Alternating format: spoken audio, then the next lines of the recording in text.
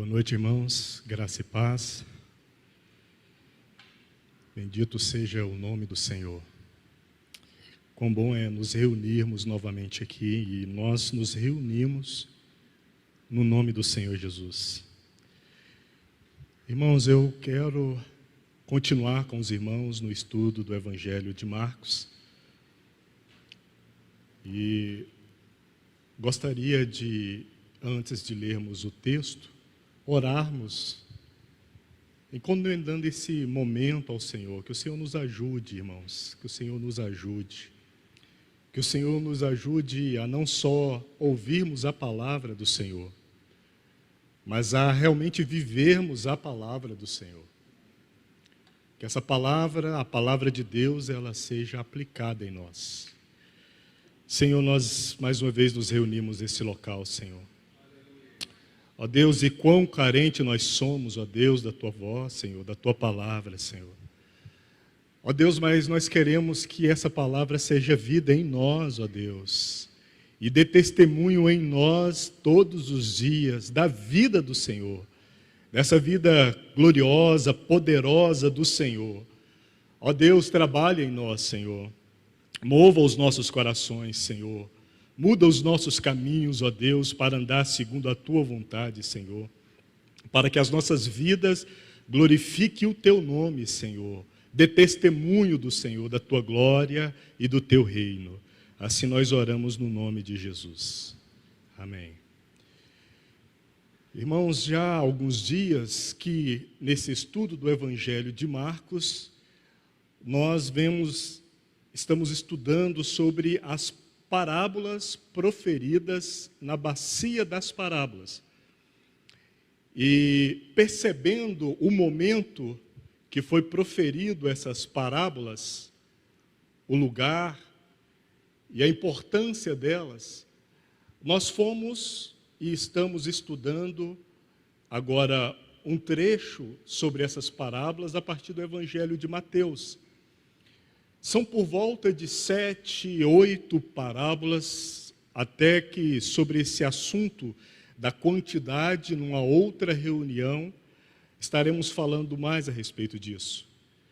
Mas no Evangelho de Mateus, no capítulo 13, nós temos a maioria dessas parábolas proferidas na bacia das parábolas, que, como eu já disse, mas volto a lembrar os irmãos, que foi um local muito propício que o Senhor proferiu as parábolas. Ele subiu num barco, e do barco ele se dirigiu às multidões, e ali ele proferiu várias parábolas. Então são várias parábolas ditas naquele local, que expressa as suas exortações, mas que vai montando um quadro para nós, uma cena para nós, com uma mensagem única. E quando nós olhamos essas parábolas, nós vemos alguns grupos de parábolas, dentre essas parábolas que foram proferidas nessa bacia das parábolas. Nós já passamos pelo primeiro grupo, que começou com a parábola do semeador, onde tem os solos. Nós falamos sobre a parábola da semente e também a parábola da candeia. Nas outras mensagens eu cheguei a explicar para os irmãos a forma que elas estavam conectadas. Então nós entramos na segunda porção das parábolas que foram proferidas nessa bacia, que começa com a parábola do joio e do trigo, ou do trigo e do joio. Então nós temos a parábola que nós já vimos e nós vamos estudar hoje, que é a do grão de mostarda, e depois a do fermento.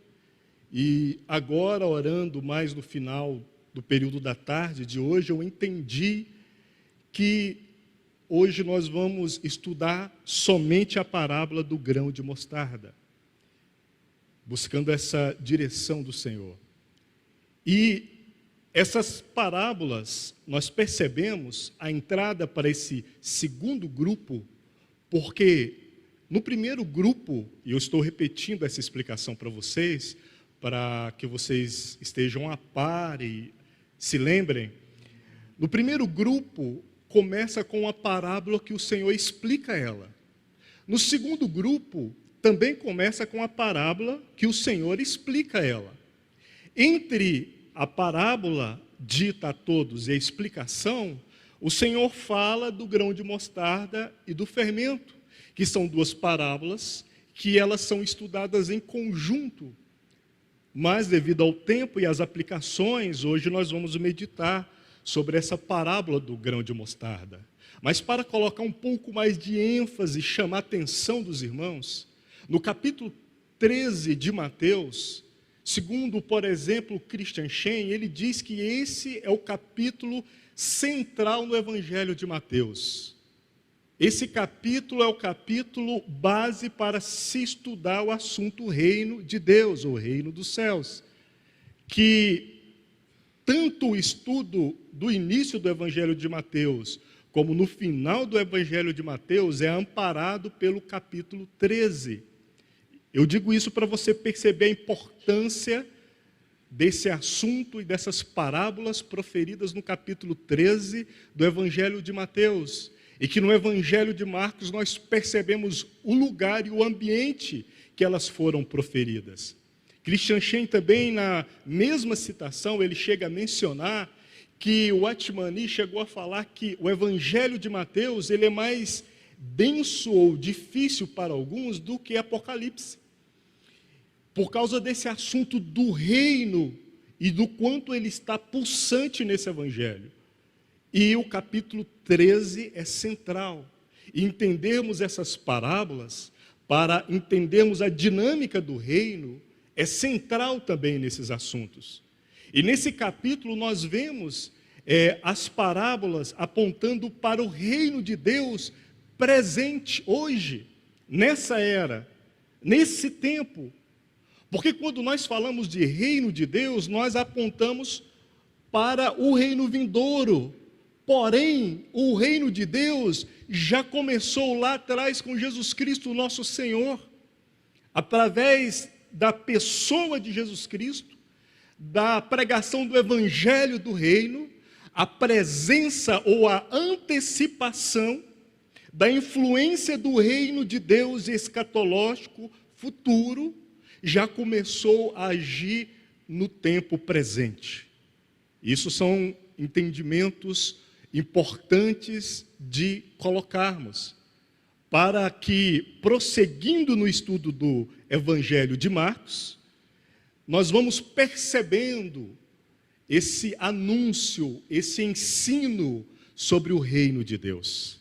Abra comigo no Evangelho de Mateus, capítulo 13. Capítulo 13, versículo 31.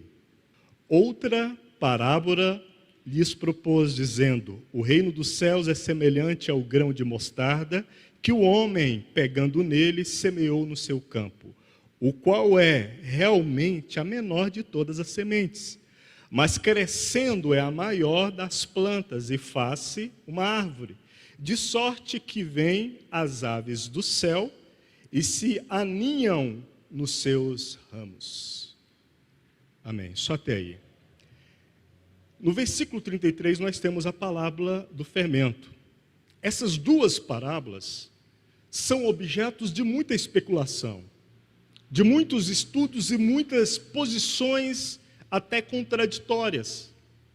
Mas nós queremos nos ater utilizando uma boa hermenêutica, um bom estudo, comparando Bíblia com Bíblia, buscando a mente do Senhor, esse ambiente ao qual elas foram proferidas, para entendermos, não entrarmos por caminhos de especulações, ao qual muitos buscam nos simbolismos, que às vezes acham e entendem.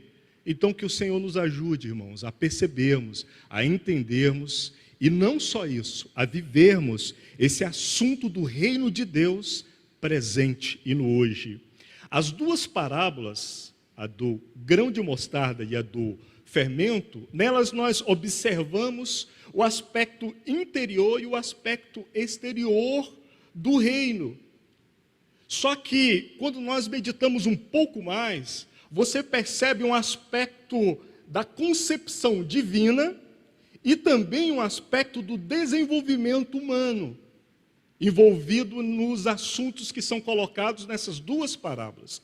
E às vezes, as dificuldades no entendimento dessas duas parábolas é porque as pessoas separam esses dois aspectos, a concepção divina e o desenvolvimento ou o envolvimento humano. Mas, quando estudamos essas parábolas, nós percebemos que as duas coisas estão juntas, andando juntas aqui. Então, que o Senhor nos ajude, quando você olha, por exemplo, nessa parábola do grão de mostarda, eu já gostaria de diretamente te chamar a atenção para três aspectos. O início singelo, que é do pequeno grão de mostarda. Dentre os judeus, era comum o entendimento nos provérbios do grão de mostarda como um grão muito pequeno, por isso que citaram ele. Alguns chegam a afirmar, tentando mostrar alguma coisa errada na Bíblia, afirmando que esse não era o menor grão, mas não é esse o ponto focal. Irmãos, o Senhor estava falando ou proferindo parábolas para camponeses, para pescadores, para donas de casas, pessoas que estavam envolvidas nas coisas do dia a dia e que eram habituadas a uma cultura e a uma linguagem hebraica, aos costumes dos hebreus, aos provérbios que circulavam no meio deles. Então o Senhor se aproximou com aquela linguagem para comunicar para eles uma realidade espiritual muito elevada. Então nós temos que entender primeiramente isso, para avançarmos. Então aqui nós vemos um início singelo, que é representado pelo minúsculo grão de mostarda. Nós vemos um crescimento espantoso do grão de mostarda. E nós vemos no final uma outra expressão, uma outra colocação, que nos remete a ninho e a sombra. Então, eu quero começar estudando a partir desses três pontos. O reino de Deus, ele está presente. Só que, ao contrário do que muitos esperavam naquele tempo, Jesus veio de uma forma simples. Os judeus aguardavam que o Messias viria com um poder que subjugasse Roma, que subjugasse os gregos, que subjugasse todo mundo, um poderio militar, de governo, mas o Senhor veio de uma forma singela. Então, eles ficaram frustrados, e por muitas vezes, os discípulos também ficavam confusos e ansiosos. Até João Batista ficou preocupado com esse assunto. Mas o Senhor veio, o reino de Deus veio de uma forma singela. E dessa forma singela, ele penetrou e começou a trabalhar com as pessoas, com as vidas. Por isso nós vemos muito libertação das pessoas, demônios sendo expulsos, pessoas sendo ensinadas ou entendendo os mistérios do reino dos céus. Ou seja, a realidade do reino de Deus futuro estava invadindo o tempo presente, onde o tempo estava sendo governado pelo anticristo. Percebe? E assim o Senhor estava invadindo esse reino presente desse mundo, com essa expressão do reino vindouro, libertando as pessoas, saqueando, eu diria assim, saqueando o inferno, trazendo pessoas à luz, formando cidadãos do reino de Deus, formando discípulos, trazendo luz em meio às trevas. Então, essa percepção, muitos não entendiam e por isso ficavam confusos. Então, aqui nós temos o crescimento do reino de Deus, aqui e no agora. Tanto na mensagem de Jesus, como nós temos isso no tempo hoje. E nós vamos percebendo ao longo do estudo as diferenças grosseiras que a medida do homem tenta impor. O conceito bíblico, irmãos, e paulino sobre o crescimento é diferente do conceito de crescimento que nós temos, por exemplo, hoje, que é um conceito de crescimento contaminado pela ideia do evolucionismo. Porque quando nós olhamos para a questão ou para o assunto da semente, do crescimento, logo nós pensamos, e muitos utilizam essa ideia, pensando no crescimento no estilo de evolução. Mas o reino de Deus não é assim. E eu quero te convidar a abrir em 1 Coríntios, abre aí comigo, 1 Coríntios, primeira epístola de Paulo aos Coríntios, capítulo 15. Aqui nós vamos perceber o que Paulo nos coloca a respeito do assunto. Versículo 36.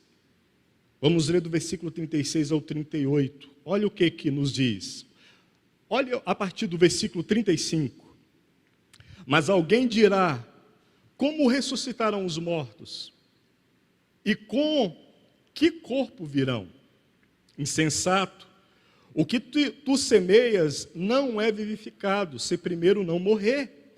E quando semeias, não semeias o corpo que há de nascer, mas simplesmente o grão, como de trigo, ou de outra qualquer semente. Mas Deus dá-lhe o corpo como quer, e cada semente o seu próprio corpo.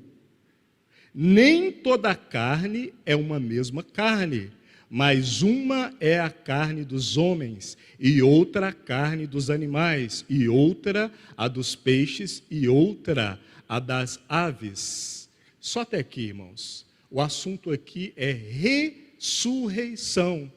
Percebe que dentro do assunto de ressurreição, e Paulo está apontando para frente, para a ressurreição dos mortos, quando todos seremos ressuscitados, isto é, aqueles que já morreram em Cristo serão ressuscitados, para encontrar com aqueles que serão arrebatados.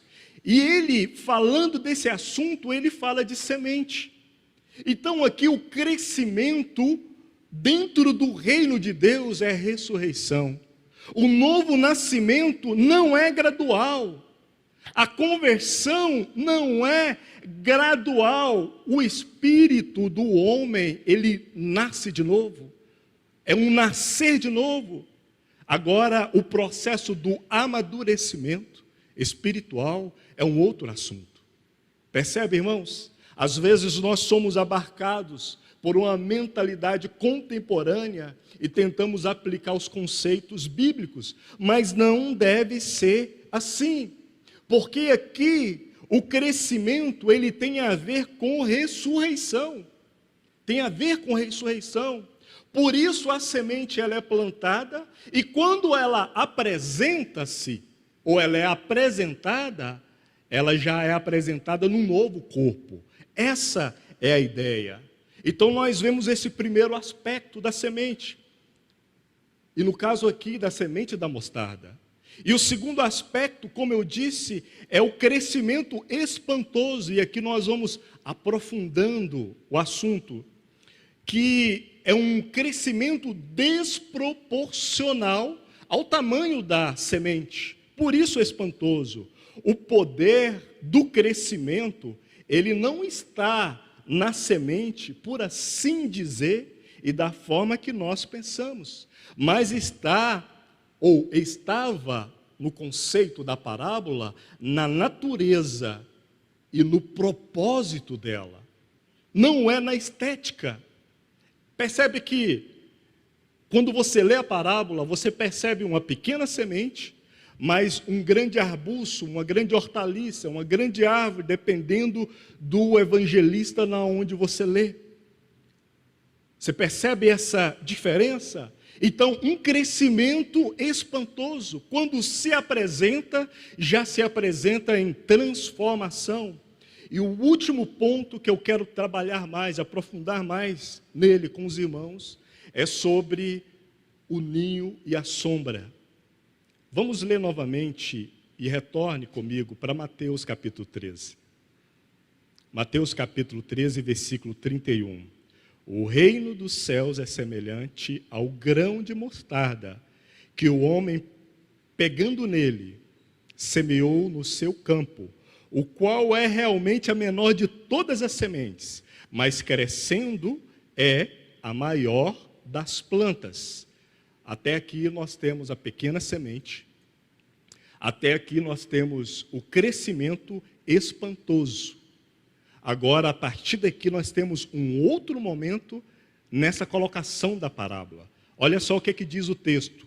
E faz-se uma árvore, de sorte que vêm as aves do céu, e se aninham nos seus ramos. Então, nós temos aqui o assunto aves do céu, os pássaros. Os pássaros foram atraídos para essa árvore por serem hospedados, por serem alimentados. Por isso que eles foram para lá. Então você percebe aqui sombra e alimento, a sombra e a semente, que era o resultado da árvore. Então aqui nós temos, no primeiro momento aqui, eu quero aprofundar um pouco mais com os irmãos, para avançarmos na nossa percepção, o assunto da árvore. Porque como eu te mostrei aqui, no segundo momento, está escrito, faz-se uma árvore. Percebe? Faz-se. E essa palavra aqui, ela nos remete a ergue-se, a se impor, se impor. Percebe que a partir desse momento, é uma imposição da própria árvore? Aqui, irmãos, eu quero vos convidar a um ponto-chave para entendermos esse texto e essa colocação. Em Daniel capítulo 4, nós temos a profecia e a história de Nabucodonosor. Abra comigo, capítulo 4 e versículo 10. Daniel capítulo 4 e versículo 10. Nabucodonosor é chave para o entendimento desse ergue-se que nós acabamos de ler. No capítulo 4, nós vamos ler o versículo 10 ao 12 e o versículo 20 ao 23. Olha só o que é dito. Eis, pois, as visões da minha cabeça. Estando eu ainda na minha cama, eu estava assim olhando e vi uma árvore no meio da terra, cuja altura era grande, crescia esta árvore e fazia forte, e se fazia forte, grifa essa expressão, de maneira que a sua altura chegava até o céu, e era vista até os confins da terra. A sua folhagem era formosa e o seu fruto abundante, e havia nela sustento para todos, debaixo dela. Os animais do campo achavam sombra, as aves do céu faziam morada nos seus ramos, e toda a carne se mantinha nela. Versículo 20. A árvore que vistes, que cresceu e se fez forte, cuja altura chegava até o céu, e que foi vista por toda a terra, cujas folhas eram formosas, e o seu fruto abundante, e em que para todos havia sustento, debaixo do qual moravam os animais do campo, em cujos ramos habitava as aves do céu. És tu, ó rei, que crescestes e te fizestes forte. A tua grandeza cresceu e chegou até o céu, e o teu domínio até a extremidade da terra. E quanto ao que viu, ó rei, um vigia, um santo, que descia do céu e dizia, corta a árvore e destrua, mas o tronco com as suas raízes deixa na terra. Só até aqui é o suficiente. Percebe que o texto que nós vimos fala da grandeza de Nabucodonosor, que ele se fez-se grande. E aqui cita árvores, cita as aves, cita animais.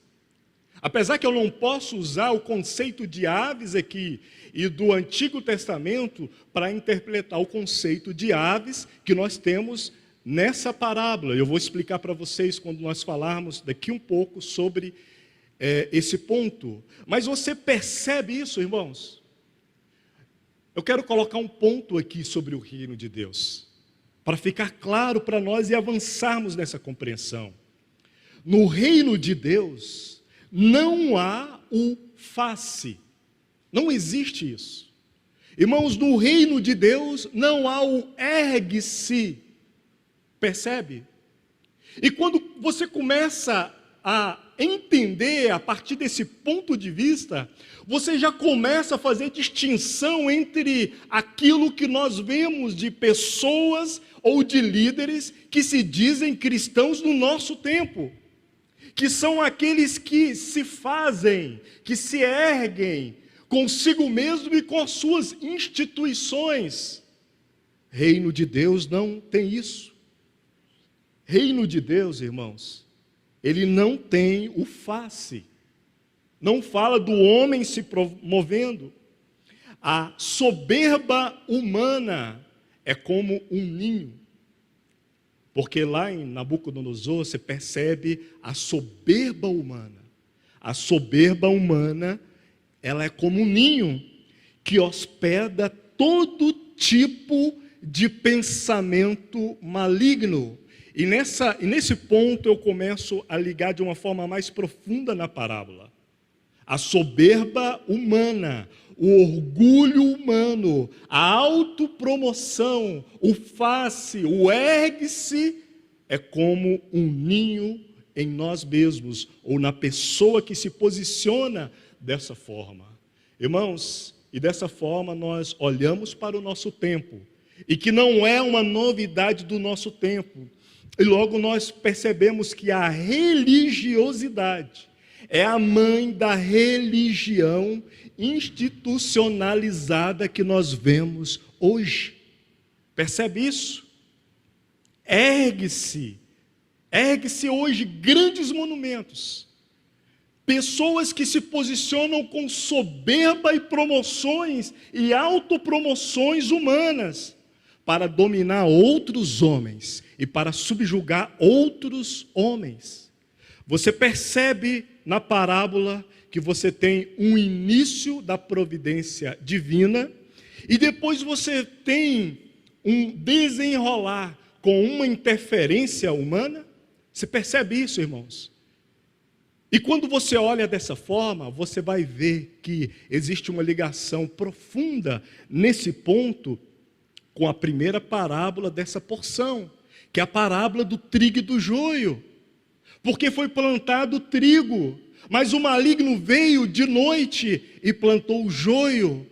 E quando os servos, os trabalhadores disseram se podia tirar, o Senhor falou, não, deixe crescer. Ali a gente tem um tema muito profundo, que é o tema do mal que convive junto. E nós vemos isso aqui também, irmãos. Aqui também.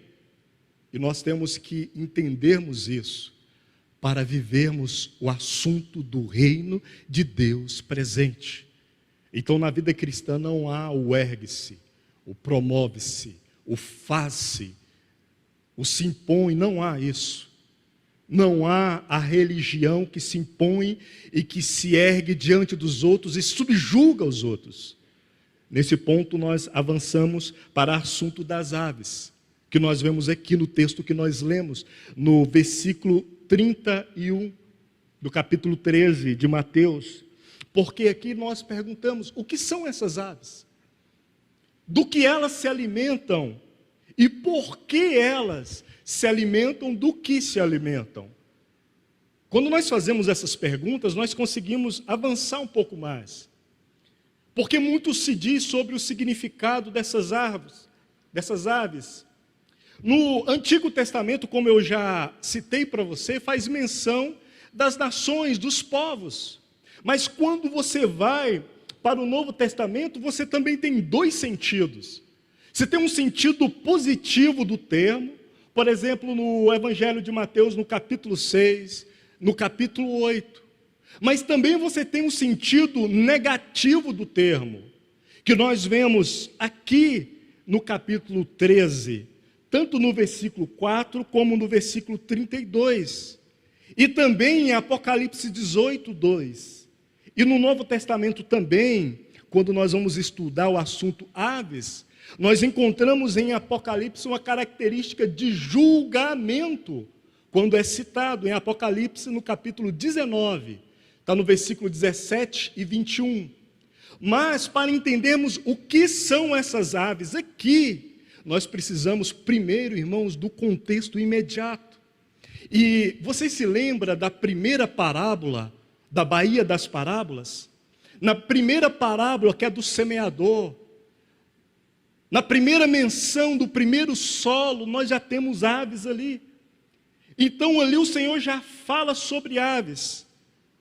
Olha só, Mateus 13, 4, abre aí comigo e me acompanha. Mateus capítulo 13, no versículo 4, diz assim: e quando semeava, uma parte da semente caiu ao pé do caminho, e vieram as aves, e comeram-na. Ouvindo alguém a palavra do reino e não a entenderam, vem o maligno e arrebata o que foi semeado no seu coração. Este é o que foi semeado ao pé do caminho.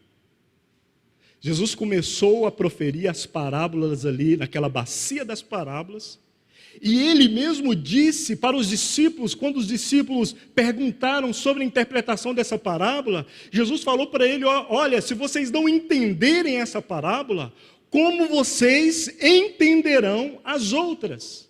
Percebe, irmãos? Então aqui ele já fala. Em Lucas capítulo 8, no versículo 12, eu vou ler para vocês, diz assim: e os que estão junto ao caminho, esses são os que ouvem, depois vem o diabo e tira-lhe do coração a palavra, para que não se salvem crendo. Lucas está aqui falando da mesma coisa que Mateus está falando.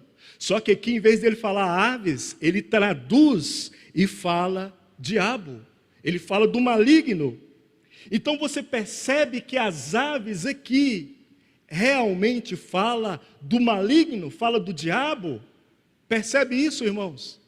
Então, as aves, elas vêm e se alimentam. Elas se escondem na sombra e se alimentam das sementes. E como que isso acontece? Com base no versículo 4 que nós lemos, nós percebemos que elas fazem ou faz uso da palavra para a sua própria perdição. É aqui. Aqui nós temos uma chave para entendermos isso. E quando você conecta o assunto do Nabucodonosor, que se ergueu-se, que se promoveu-se, e que isso nos fala, no nosso tempo, de uma religiosidade, de instituições religiosas, que utilizam da palavra de Deus para se promoverem, para se alimentarem, para subjugarem os outros, percebem? E isto é para a sua própria condenação. E aí começa a fazer mais sentido a parábola para nós. Começa a fazer mais sentido. Isaías, capítulo 56, eu vou ler para você, no versículo 11, diz assim: e estes cães são gulosos, não se podem fartar, e eles são pastores que nada compreendem. Todos eles se tornam para o seu caminho, cada um para a sua ganância, cada um para a sua parte.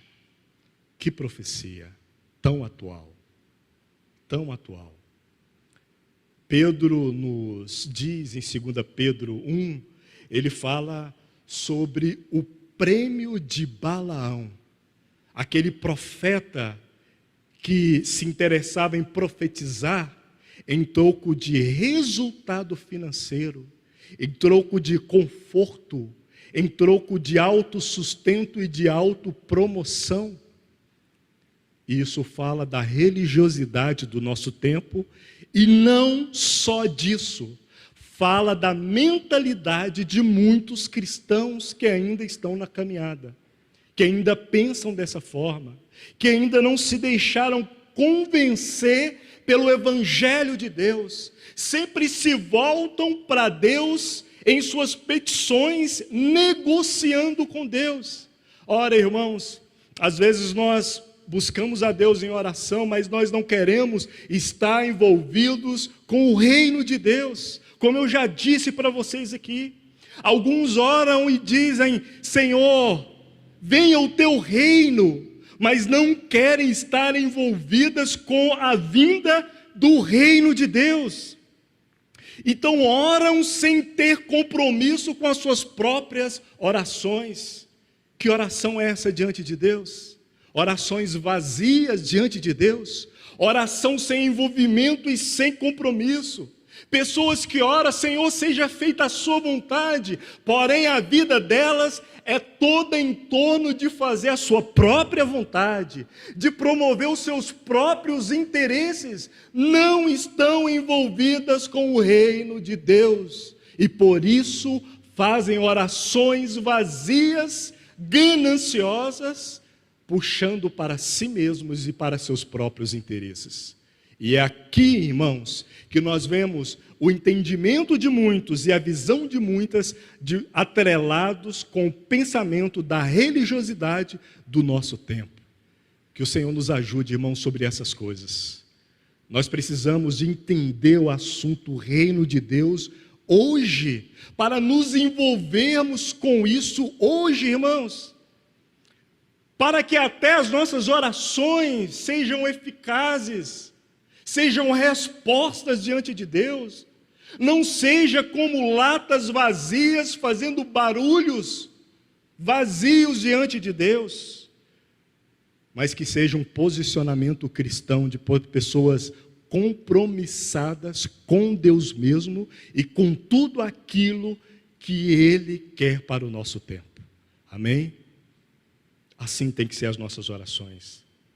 Percebe, irmãos, que quando nós vamos meditando sobre essa parábola, você percebe que existe uma ênfase na grandeza. Você percebe que nela não fala de frutos, fala de ramos. Os ramos cresceram, e os ramos cresceram e fez sombra. Os ramos cresceram e se tornaram esse suporte para receber as aves nos seus galhos. Percebe que a ênfase a partir de um ponto é a grandeza. E nesse ponto aqui, irmãos, eu quero fazer uma colocação sobre o que perturba a nossa comunhão e o que pode e que nos torna infrutíferos é a busca da grandeza.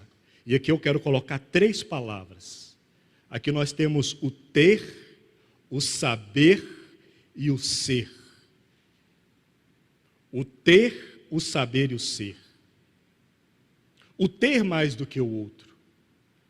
O saber mais do que o outro. O ser mais do que o outro. Porque, afinal de contas, é difícil suportar saber que outras pessoas têm mais do que eu, ou sabem mais do que eu, ou que são mais do que eu. E aí você começa a ver um ponto que limita a nossa comunhão, a nossa expressão de comunhão, porque isso, irmãos, perturba a comunhão, gerando ansiedade, gerando uma busca desenfreada por uma grandeza humana. É por isso que lá no início nós falamos que o reino de Deus, e no reino de Deus não tem autopromoção, não tem o fazer-se, não tem o ser. Irmão, nós buscamos a grandeza de Deus, a glória de Deus, o ser de Deus, e não o nosso ser. Eu busco a sabedoria de Deus, aquilo que Deus tem, aquilo que Deus é, aquilo que Deus sabe, aquilo que Deus faz, e não eu. Isso sim é assunto de reino de Deus.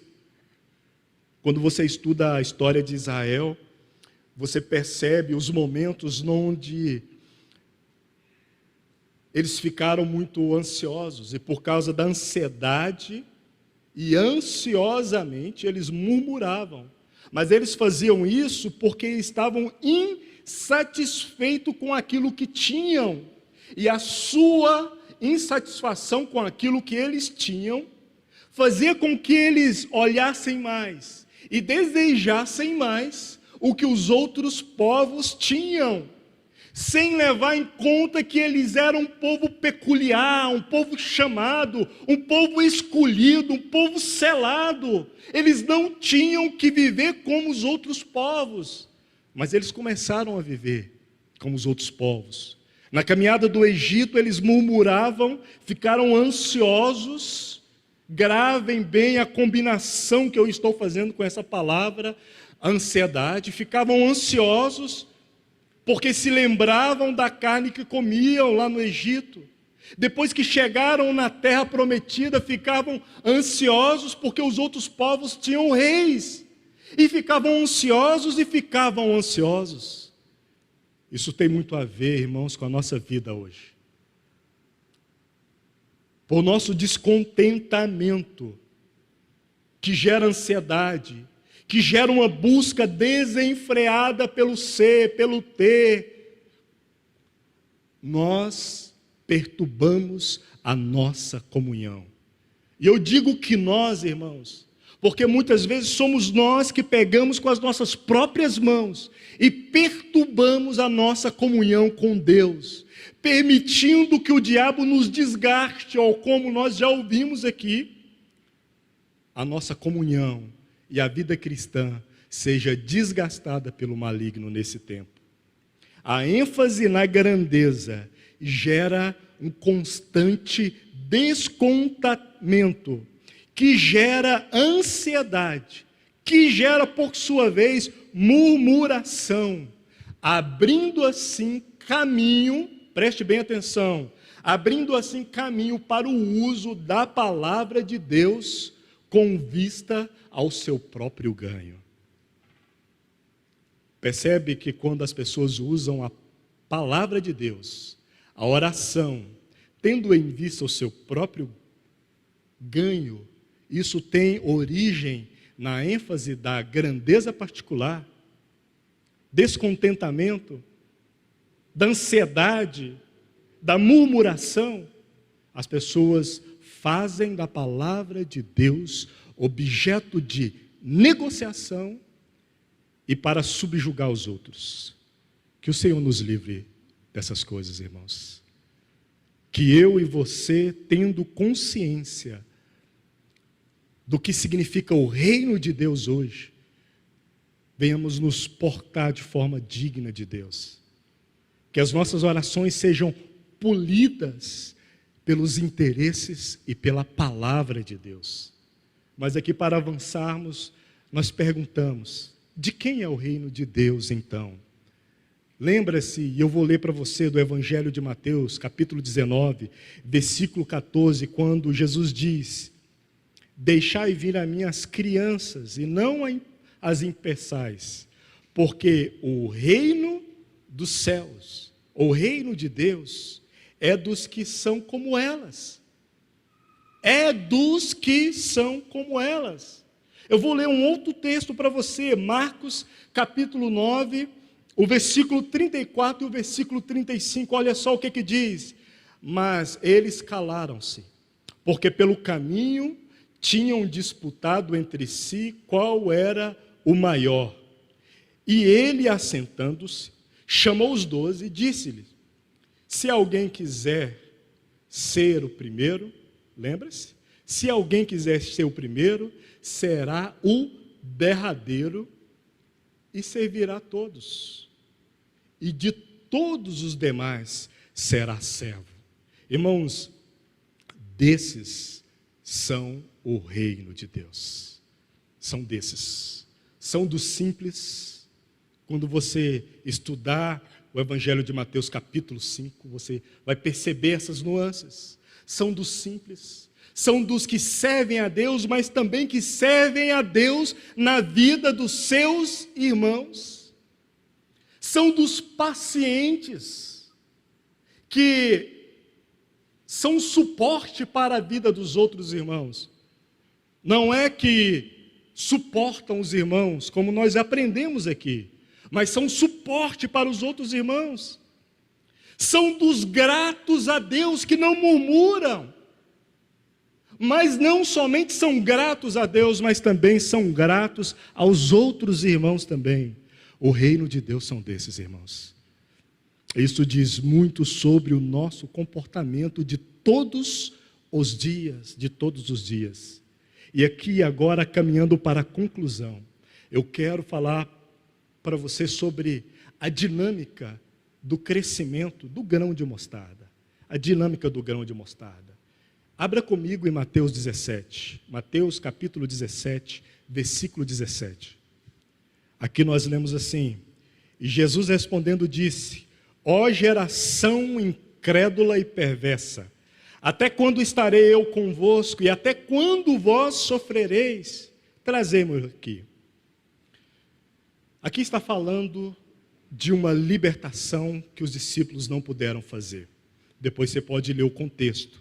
No versículo 20 nós lemos assim: e Jesus lhe disse: por causa da vossa incredulidade, porque em verdade eu vos digo que, se tiverdes fé como um grão de mostarda, ó a mostarda novamente, como um grão de mostarda, direis a este monte: passa daqui para acolá, e há de passar, e nada vos será impossível.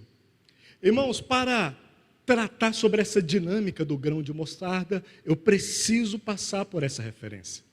Mas eu não posso passar por aqui sem enfatizar o versículo 17, quando o Senhor diz: até quando eu estarei convosco? E a sensação aqui, irmãos, é a exortação que primeiramente eu tomo para mim mesmo, e trazendo para o nosso tempo é: até quando nós ouviremos a palavra de Deus e não avançaremos? Até quando, irmão? Até quando nós permaneceremos estagnados na vida cristã e não avançaremos? Jesus já havia andado com seus discípulos, já havia operado milagres, já havia ensinado, já havia mostrado, mas naquele momento ele disse: até quando eu estarei convosco ainda? Até quando? Ó irmãos, até quando você vai ter que ouvir uma mensagem sobre erros e sobre condutas que há muitos anos você já deveria ter deixado para trás? Até quando, irmão? Até quando você vai permanecer estagnado na sua vida cristã e não vai atender a voz de Deus, a palavra de Deus? Até quando você vai ler e ouvir a palavra de Deus e não vai corresponder, e não vai ter uma posição séria diante de Deus? Quando eu olho para esse texto, eu sinto esse até quando falando no meu coração dessa forma, com a urgência que tem para hoje. Mas aí tem um consolo, irmãos. Aí tem um consolo, porque Jesus estava com os discípulos, estava ensinando e exortando os discípulos. E ali nós vemos no Evangelho de Mateus mesmo, lá no capítulo 28, no finalzinho, no versículo 20, na parte B, ele diz: eis que eu estou convosco. Percebe? Primeiro ele olha para aqueles discípulos: até quando eu estarei convosco? Mas lá no finalzinho, depois de tantas coisas, ele diz: eis que eu estou convosco todos os dias, até a consumação dos séculos. Amém. Isso é um consolo para nós. E no Evangelho de João, capítulo 14, no versículo 17, olha só o que diz: o Espírito de verdade, que o mundo não pode receber, porque não vê, nem o conhece, mas vós o conheceis, porque habita convosco e estará em vós. Aqui João nos mostra o como Jesus está conosco hoje, através do Espírito Santo. Ainda em João, aqui no capítulo 14, mas agora no versículo 26, diz assim: Mas aquele Consolador, o Espírito Santo, que o Pai enviará em meu nome, esse vos ensinará todas as coisas e vos fará lembrar de tudo quanto vos tenho dito. Glória a Deus, porque o Espírito Santo está conosco, está em nós, para nos ensinar e nos mostrar todas as coisas. Mas, irmãos, eu quero chamar a atenção de vocês para esses termos que nós lemos aqui. O Espírito Santo nos ensina o quê? O Espírito Santo, ele nos ensina, preste bem atenção nisso, ele nos ensina aplicando a palavra de Deus nas nossas vidas, assim que nós aprendemos com o Espírito Santo. É quando você ouve a palavra de Deus, é quando você interage com a palavra de Deus, e o Espírito, que é Deus mesmo em você, aplica essa palavra em você. E aqui eu quero corrigir dois termos que muitas vezes são usados na igreja de forma errada. O primeiro termo é o ensino. O ensino, biblicamente falando, e ainda mais nesse contexto que eu acabei de colocar, não é um ensino comum como nós vemos nas escolas. Porque esse ensino aqui, ele é completo, ele diz respeito a um processo. E ele é completo porque ele é completo no aprendizado. Irmãos, nós só somos ensinados quando nós aprendemos. Só somos ensinados quando nós aprendemos. Pelo contrário, não existe ensino. E quando você estuda as Escrituras, você vai perceber que esse era o conceito hebreu a respeito do ensino.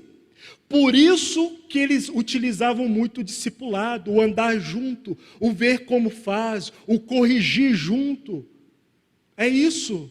Mas isso nos traz um consolo, porque quem está nos ensinando, irmãos, é o Espírito Santo, que é Deus mesmo. E se Ele nos ensina, então nós aprenderemos e seremos ensinados. Glória a Deus por isso, irmãos. Nem que isto custe de nós a nossa vida terrena, mas nós aprenderemos, porque é Deus mesmo nos ensinando. Outro termo que eu quero corrigir também é sobre o conhecimento. O conhecimento, irmãos, biblicamente falando, não é o conhecimento como nós ouvimos hoje. Porque o conhecimento, a noção de conhecimento que nós aprendemos é uma noção de conhecimento grega, não é hebraica, não é semita, é grega. Fala simplesmente de uma mera apreensão de informações pela mente. E para Deus e para os hebreus, isso não é conhecimento. Conhecimento bíblico diz respeito à experiência, a relacionamento e a comunhão. Nunca se esqueça disso. Então, antes de você falar que conhece Deus, que conhece a palavra de Deus, antes disso, pense se você tem experiência com a palavra de Deus, se você tem relacionamento com Deus e se você tem comunhão com a palavra de Deus e com Deus mesmo, porque isso sim é conhecimento. O quanto nós precisamos de conhecer o nosso Senhor e a palavra dele nesse tempo, não é verdade? Porque até quando, irmãos, nós continuaremos ouvindo e não vamos aprender a palavra de Deus e sobre Deus mesmo? Semana após semana você ouve, mas quantas coisas você não aprende porque você não vive a palavra, não vive Deus e não tem comunhão com Deus a respeito da sua palavra. Quando nós olhamos aqui nessa dinâmica do crescimento da mostarda, nós percebemos tudo isso. Nós percebemos que o fator do crescimento aqui não está no tamanho ou na identidade proporcionada pelo tamanho do grão da mostarda, mas está na natureza na natureza designada da mostarda. Irmãos, o nosso crescimento espiritual, guarde bem isso, não está nas nossas capacidades exteriores, mas está na natureza de Cristo Jesus que foi inserida nas nossas vidas. É nisto que está ancorado o nosso avanço espiritual, o nosso crescimento espiritual. Oh, graças a Deus por essas coisas, sabe, irmãos? Porque primeiro depende de Deus, mas nós não podemos colocar a nossa colher no meio desse assunto, com os nossos desejos de nos promovermos, mas que Cristo seja promovido. Nós não fomos chamados, irmãos, para nos promover, para sermos maior do que os outros.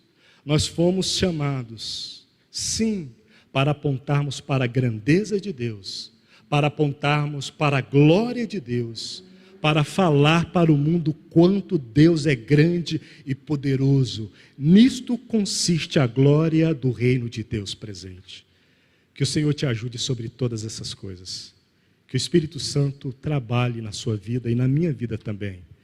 Que isso seja motivo de oração para você e para mim, para nós levarmos diante de Deus e dizermos: Senhor, realmente eu preciso de te conhecer. Eu só tenho acumulado informações na minha mente, mas ainda não aprendi, não conheci o Senhor. Eu só tenho acumulado teorias e muitas vezes eu as torno religiosas, porque eu utilizo dessas teorias, Senhor, para me colocar acima dos irmãos. Oh, Senhor, nos ajude sobre essas coisas, Senhor. Nos ajude sobre essas coisas, Senhor. Ó Deus, que o teu reino presente aconteça em nós com esse mistério glorioso, Senhor. Crescendo nas nossas vidas, mas no aspecto da ressurreição presente, Senhor. Trazendo a tua glória, o teu gozo para esse tempo, Senhor. Trazendo a grandeza do Senhor para esse tempo, Senhor. Ó Deus, o quanto nós precisamos de te conhecer, Senhor. Mas de te conhecer em realidade, Senhor.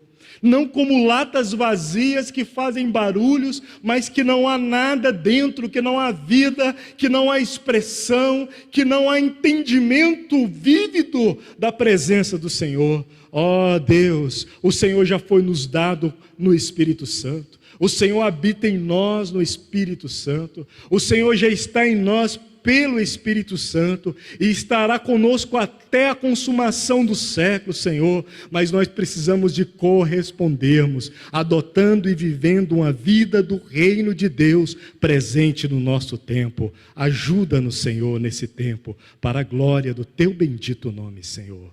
Amém.